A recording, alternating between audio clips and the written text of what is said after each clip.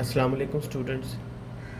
Previous lecture में आप linear mapping के बारे में पढ़ चुके हैं कि एक मैपिंग कब लीनियर होती है। आज के लेक्चर में स्टूडेंट्स हम एक इम्पॉर्टेंट कंसेप्ट पढ़ेंगे which is the kernel of linear mapping. तो कर्नल ऑफ लीनियर मैपिंग को स्टूडेंट्स सबसे पहले हम डिफाइन करते हैं।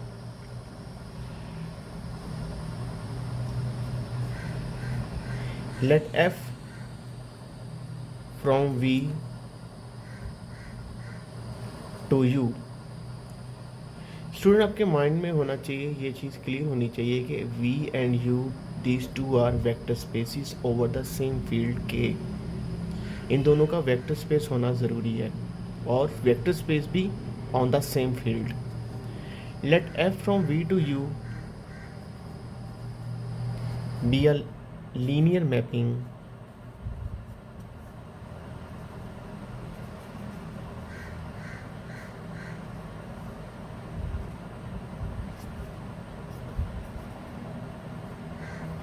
then kernel of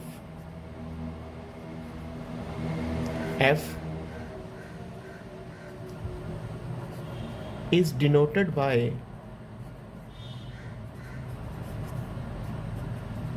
kernel F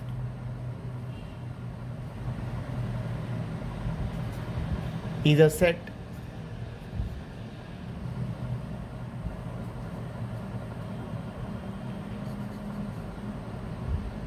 consisting of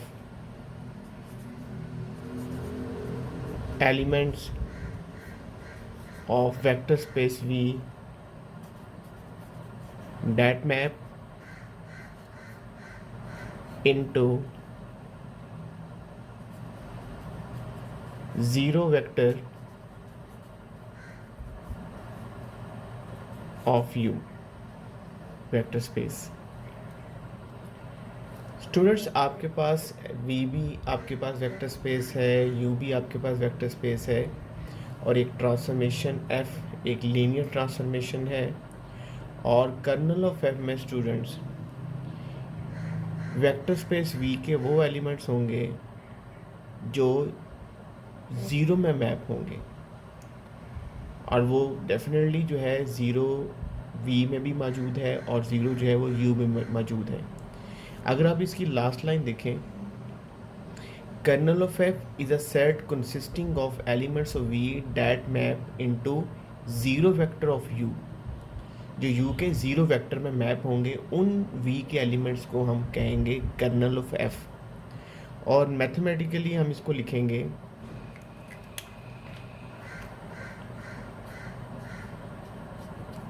colonel of F is equal to this is a set और इस सेट में कैपिटल V के वो एलिमेंट्स हैं जिनका इमेज ज़ीरो है। अच्छा, अब इसमें एक इम्पॉर्टेंट पॉइंट है स्टूडेंट्स, कर्नल ऑफ F कभी भी एम्प्टी सेट नहीं होता क्योंकि आपकी जो ट्रांसफॉर्मेशन है, आपकी जो मैपिंग है वो लीनियर मैपिंग है और आप लीनियर मैपिंग में जानते हैं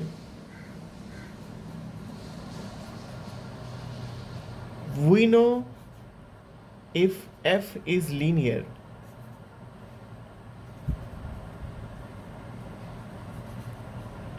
अगर F लीनियर मैपिंग है then F of zero is equal to zero. तो ज़ीरो वेक्टर जो होगा वो हमेशा ज़ीरो में मैप होता है अगर F एक लीनियर मैपिंग है। इसका मतलब है कर्नल ऑफ F कभी भी एम्प्टी सेट नहीं होगा। अगर आपको कोई पूछे कि kernel of F is consisting of only one element, exactly one element, तो बताएं वो कौन सा एलिमेंट होगा। तो आप ये कहेंगे कि sir this is a set consisting of one element zero. तो कर्नल ऑफ F यहाँ से आप कंक्लूड कर दें जो kernel of F is not equal to empty set. Next students, हम कर्नल ऑफ F से रेलिवेंट एक थ्योरम करेंगे और थ्योरम की स्टेटमेंट है let F from V to U be a linear mapping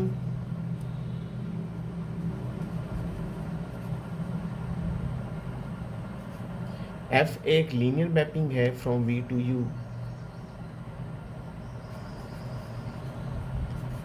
then prove that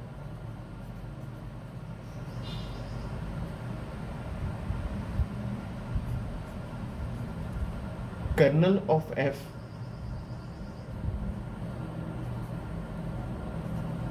is a subspace of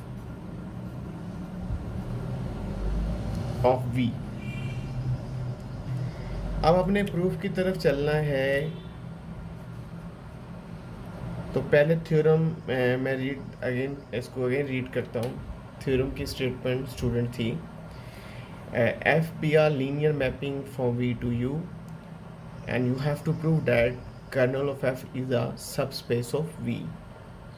और आप इससे पहले स्टूडेंट्स आपको क्लियर होना चाहिए कि कर्नल ऑफ एफ क्या होता है, एक लीनियर मैपिंग क्या होती है। अगर आप ये दो कंसेप्ट को अंडरस्टैंड किए बगैर आगे चलेंगे तो आप कभी भी थ्योरम को अंडरस्टैंड नहीं कर सकेंगे।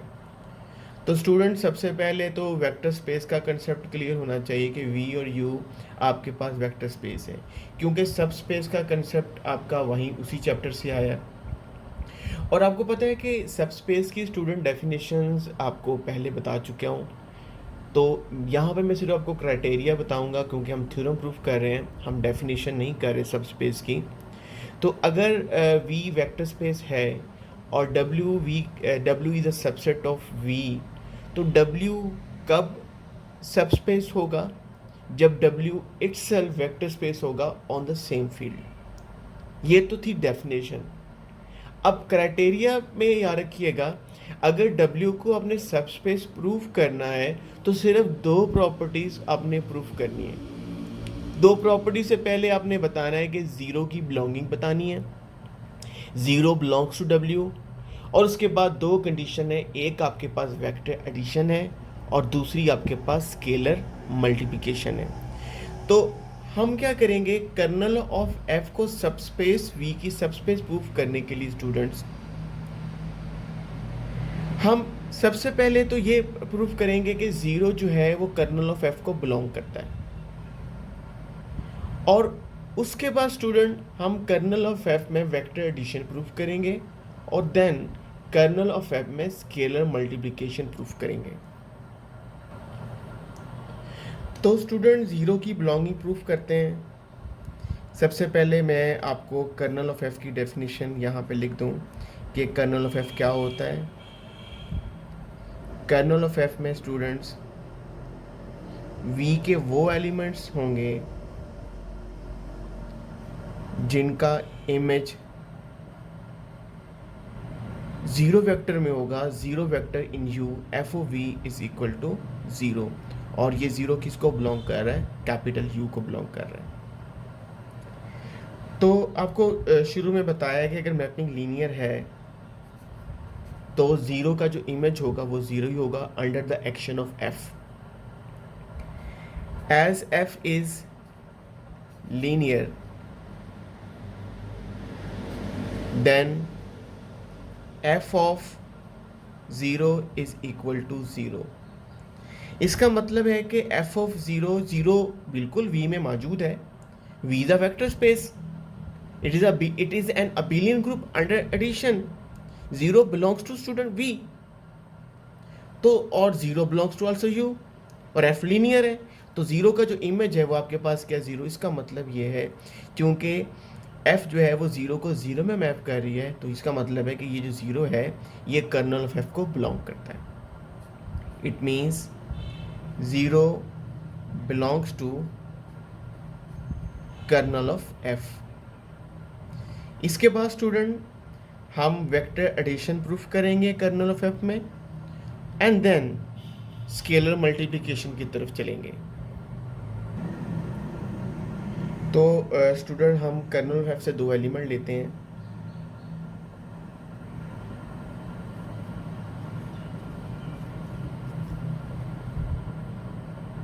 Late V1 V2 belongs to kernel of F.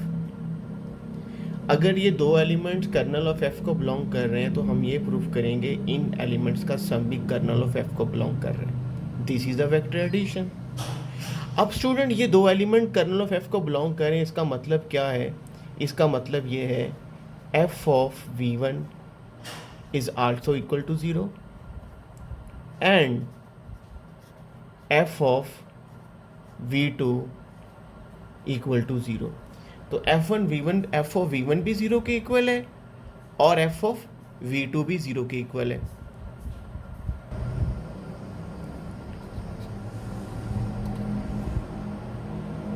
Now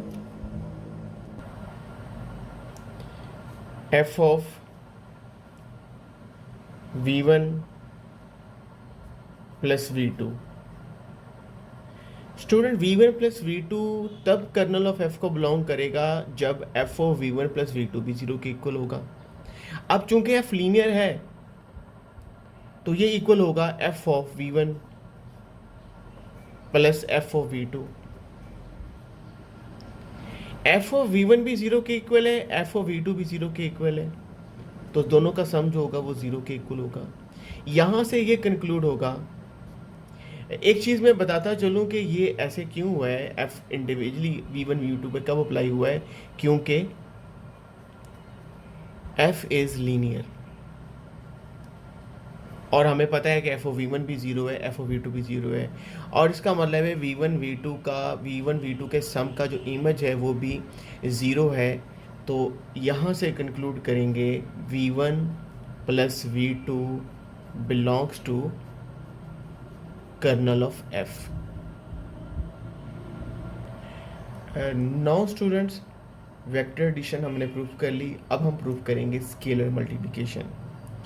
तो सबसे पहले ऐसा करते हैं कि एक एलिमेंट हम ले लेते हैं for V belongs to kernel of F.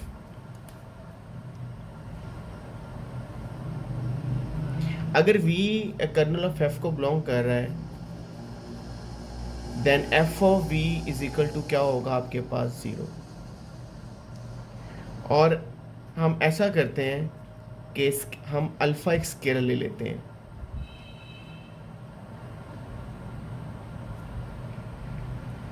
Alpha belongs to capital के। अब स्टूडेंट स्केलर मल्टीप्लिकेशन इस वक्त होल्ड करेगी जब अल्फ़ा इंटू वी भी कर्नल ऑफ एफ को बिलोंग करेगा, और alpha into V kernel of F को तब बिलोंग करेगा जब एफ ऑफ अल्फ़ा वी भी किसके इक्वल होगा, ज़ीरो के इक्वल होगा। अब आप जानते हैं students, F of alpha V आपके पास क्या होगा, अल्फ़ा एफ ऑफ वी। क्यों होगा? क्योंकि थ्योरम के स्टूडेंट स्टार्ट में है F is a linear mapping. F आपके पास लीनियर मैपिंग है,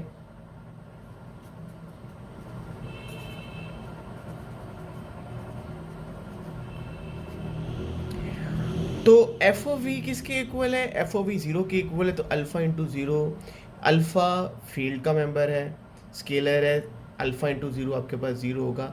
इसका मतलब है कि अल्फ़ा वी भी किसको बिलोंग कर रहा है, कर्नल ऑफ एफ को। तो स्टूडेंट ज़ीरो की बिलोंगिंग प्रूफ कर दी, वेक्टर एडिशन प्रूफ कर दिया कि एक वेक्टर एडिशन होल्ड कर रहा है कर्नल एफ के अंदर, और स्केलर मल्टीप्लिकेशन होल्ड कर रहा है कर्नल ऑफ एफ में। स्टूडेंट अगर आप ये चाहें तो ये फर्स्ट और सेकंड को कलेक्टिवली भी प्रूफ कर सकते हैं। बुक में अगर देखेंगे तो कलेक्टिवली प्रूफ किया हुआ है, ये अप टू यू है। कोई भी आप मेथड इस्तेमाल कर सकते हैं, किसी भी बुक से आप कोई भी आपका तरीकाकार है आप अडॉप्ट कर सकते हैं। ओके स्टूडेंट, इससे ये कंक्लूड करेंगे kernel of F is a subspace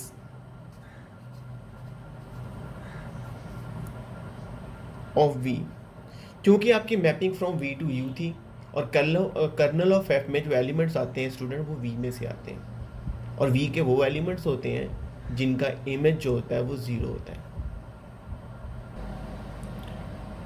तो स्टूडेंट्स एक नेक्स्ट एग्जांपल करेंगे, और एग्जांपल की स्टेटमेंट मैं लिख रहा हूँ।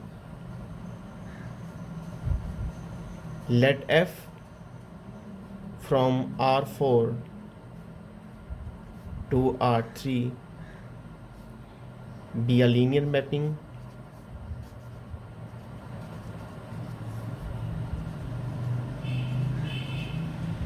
और लीनियर मैपिंग कैसी है, which is defined by R4 से हम एलिमेंट ले लेते हैं x, y, z और फोर्थ वन लेते हैं t। और ये मैपिंग स्टूडेंट कैसी होगी, पहला जो R3 का एलिमेंट होगा वो बन जाएगा x minus y plus z plus t। जो सेकंड वन होगा वो होगा x plus 2z minus T. और जो थर्ड एलिमेंट होगा उसको मैं नीचे लिख रहा हूँ x plus y plus 3z minus 3t। तो ये स्टूडेंट मैपिंग है from R4 to R3। And student you have to find what you have to find basis and dimension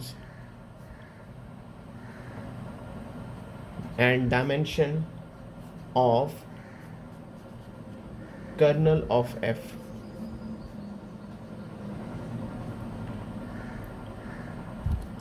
आपने यहाँ पे स्टूडेंट जो है बेसिस और डायमेंशन कर्नल ऑफ एफ की फाइंड करनी है। और आपको वेक्टर स्पेस, मैं आपको बार बार कह रहा हूँ कि आपको इसमें वेक्टर स्पेस पे बहुत अच्छी कमांड होनी चाहिए। आप लोग अभी प्रीवियस थ्योरम आपको करवाया है, उस प्रीवियस थ्योरम में आपको बताया गया है कि kernel of F is a subspace of R4, क्योंकि थ्योरम पे यहाँ पे V था तो यहाँ पे स्टूडेंट R4 है। तो कर्नल ऑफ एफ में स्टूडेंट्स R4 के वो एलिमेंट्स होंगे जिनका इमेज जो होगा वो किसके इक्वल होगा, 0 के इक्वल होगा। स्टूडेंट बेसिस के बारे में आप पढ़ चुके हैं कि किसी भी वेक्टर स्पेस की बेसिस, या आप ये कह सकते हैं कि a set is a basis for a vector space.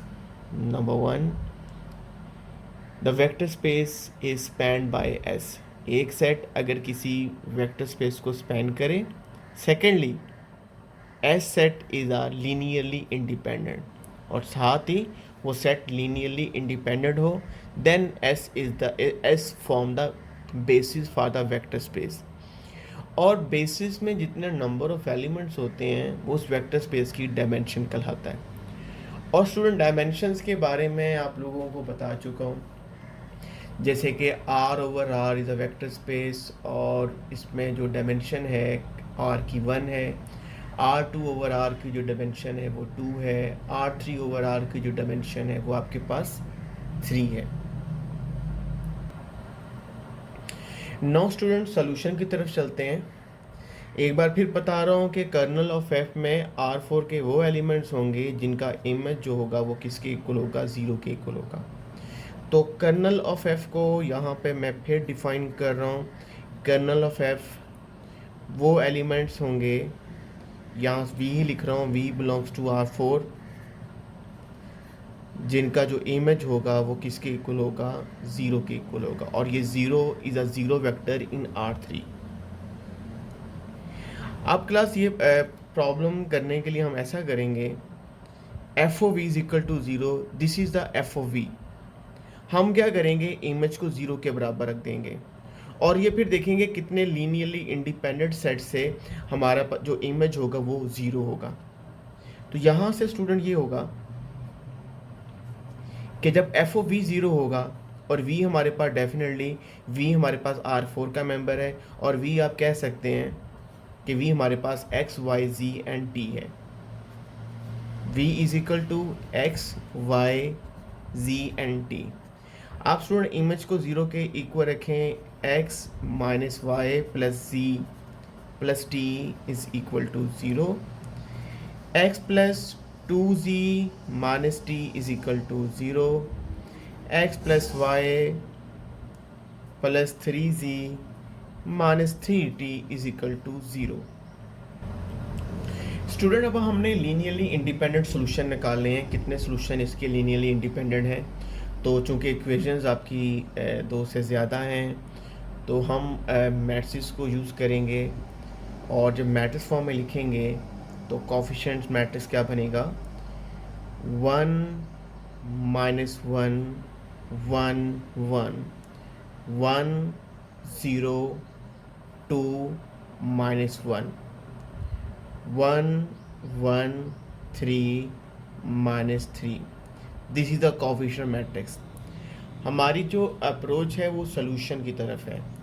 तो स्टूडेंट सोल्यूशन फाइंड करने के लिए हम क्या करेंगे, हम एलिमेंट्री रो ऑपरेशन अप्लाई करेंगे और इसको एचेलॉन फॉर्म में इसको रिड्यूस करेंगे। तो पहला दो ऑपरेशन हम बड़े इजीली कर लेंगे क्योंकि इसमें मुश्किल वर्किंग नहीं है। This is the first row. Second row में से फर्स्ट रो को सब्ट्रैक्ट करें, 0 1 1 एंड -2 चेक कर लें, 0 1 1 एंड -2। सिमिलरली थर्ड रो में से फर्स्ट रो माइनस करें, 0 this one 2 this one 2 and this one -4। Again आप एक ऑपरेशन कर सकते हैं, और वो ऑपरेशन ये है कि आप इस जो सेकंड रो है इसकी हेल्प से आप क्या करें, आप थर्ड रो को आप रिड्यूस करें, 0 1 1 -2। सेकंड रो थर्ड रो में ऐड कर दें, थर्ड रो में ऐड कर दें सेकंड रो को -2 से मल्टीप्लाई करके, this one is 0 this one is 0 this one is 0 this one is 0। और फर्स्ट रो में ऐड कर दें सेकंड रो को, तो 0 + 1 आपके पास क्या होगा, 1 होगा, ये आपके पास 0 होगा, ये 2 होगा, ये -1 होगा। आप स्टूडेंट इसको अगेन इक्वेशंस फॉर्म में लिखें। दूसरा स्टूडेंट्स आपको यहाँ पे फ्री वेरिएबल्स और पिवट आपको पता होना चाहिए। आप एक चीज़ अगर नोट करें कि ये एलिमेंट किसी भी रो का the first non zero element जो होता है वो लीडिंग इंटी कहलाता है। अब इसको पिवट एलिमेंट भी बोलते हैं। ये एलिमेंट जो है वो एक्स के साथ है, 1x। जब इसको इक्वेशन फॉर्म में लिखेंगे, ये प्लेस जो है ये y की प्लेस है। और आप नोट करें कि इसमें कोई भी लीडिंग एंट्री नहीं है, क्योंकि लीडिंग एंट्री जो होता है वो first non zero elements in any row, उसको आप लीडिंग एंट्री बोलते हैं। इसका मतलब है कि यहाँ पे जो x और y जो है ये पिवट हैं, और z और t जो है वो आपके पास क्या है, z और t आपके पास फ्री वेरिएबल्स हैं। यहाँ से आपको स्टूडेंट आइडिया हो गया है कि आपके पास जितने फ्री वेरिएबल्स होते हैं आपके पास उतने ही लीनियरली इंडिपेंडेंट सॉल्यूशन मिलते हैं। तो इक्वेशन फॉर्म में मैं इसको लिख चुका हूँ, ये आपके सामने है इक्वेशन फॉर्म। तो आप यहाँ पर आप स्टूडेंट क्या करेंगे, यहाँ पर आप z और t को चॉइसेस देंगे। मैं यहाँ पर लिख देता हूँ, z and t are free variables.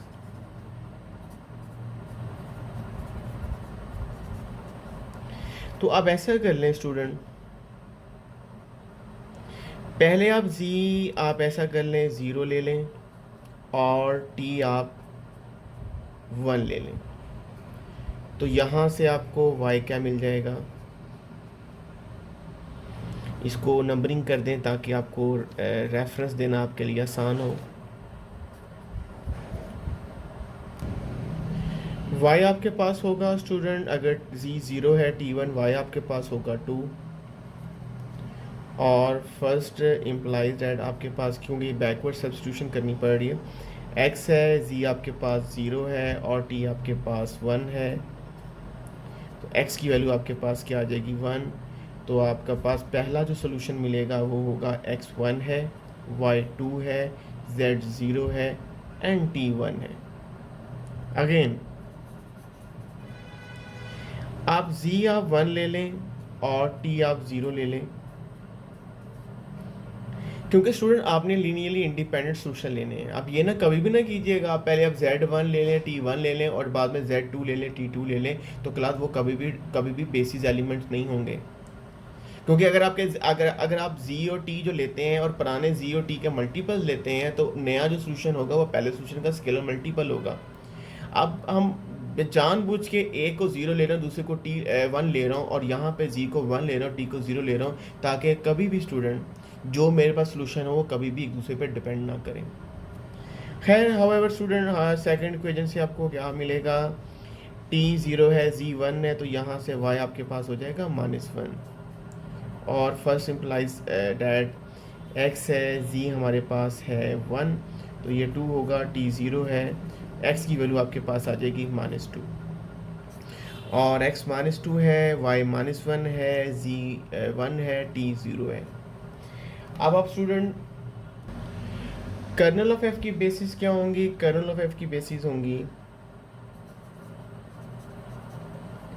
Basis for kernel of F आपके पास बेसिस में दो एलिमेंट्स हैं।